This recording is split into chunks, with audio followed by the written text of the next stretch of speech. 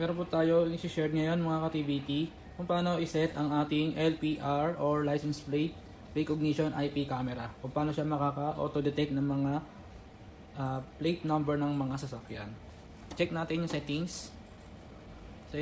Then punta tayo dito sa AI event, click natin yung LPR. Then kung mapapansin niyo po, ito yung pinaka-settings niya. Enable mo lang.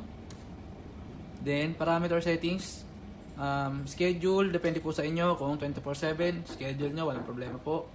Then detection area 1, pwede naman po, or pwede rin kayo mag-block area, depende po sa inyo yan. Sa plate detection natin, dapat ang setup nya is naka Asia. Yan. Then sa kabila naman po is Asia other, hindi na po pwede sa ibang kasi ibang country na po yan, sa atin lang ikapareha.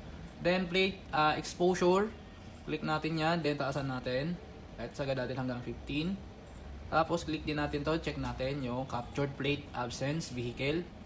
Tapos yung plate size range, depende po sa inyo, pwede natin isagad mula 1 hanggang 50. So titingnan natin, click nyo lang yan, lalabas din yung range, then apply. Ngayon po, exit tayo dyan.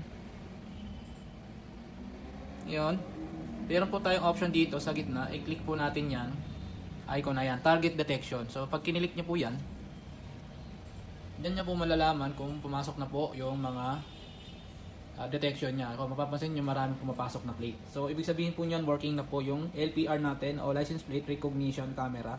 So lahat po ng madedetect nya na license plate ay papasok sa kanyang data NVR recorder. So yan po lahat. So if ever na hanapin nyo yung recording nya, meron po yan lahat ng papasok na sa kanyang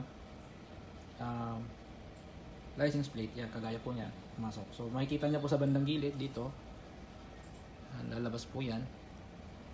So ganun lang po yung pag-setup ng ating LPR license plate recognition IP camera, TVT IP camera. Maraming salamat po.